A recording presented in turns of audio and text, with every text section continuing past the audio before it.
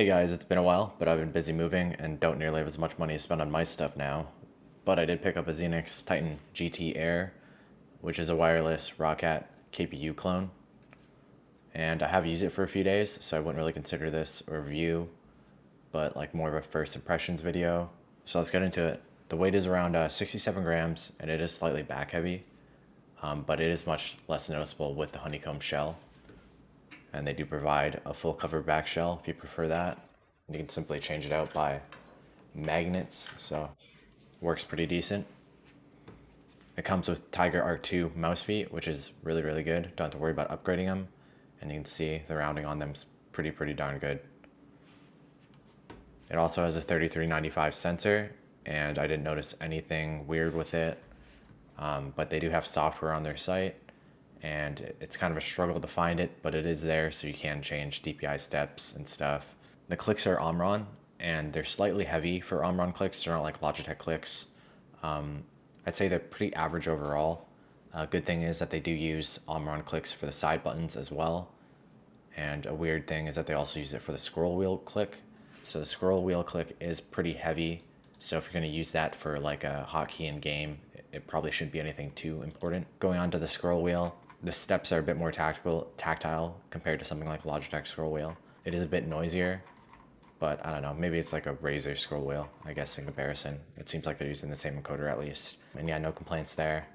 It doesn't get easily stuck between steps, but I guess it is possible if you really tried. And yeah, the side button placement is actually really, really good. I know they changed it coming from the Roccat KPU, and at least for my hand size, I have no issues where my thumb usually is hitting either button, and it's a pretty small movement, so I do like the side button placement, especially it's usually hard to get the side button placement right when you have like a thumb rest like this. But yeah, if you do put your thumb within the rest, it's easy to press, but if you bring it really forward for some reason, it's going to be hard, obviously. There's very little rattle. I only notice it slightly, and I think it's due to the scroll wheel slightly moving when you really throw this thing around, but other than that, it's good. And there's really only creaking when you push down from the top or the bottom, but the actual sides, like I can't get any side flex out of this thing, and there's no really loud creaking. The most you get is when you slightly touch, again, these covers.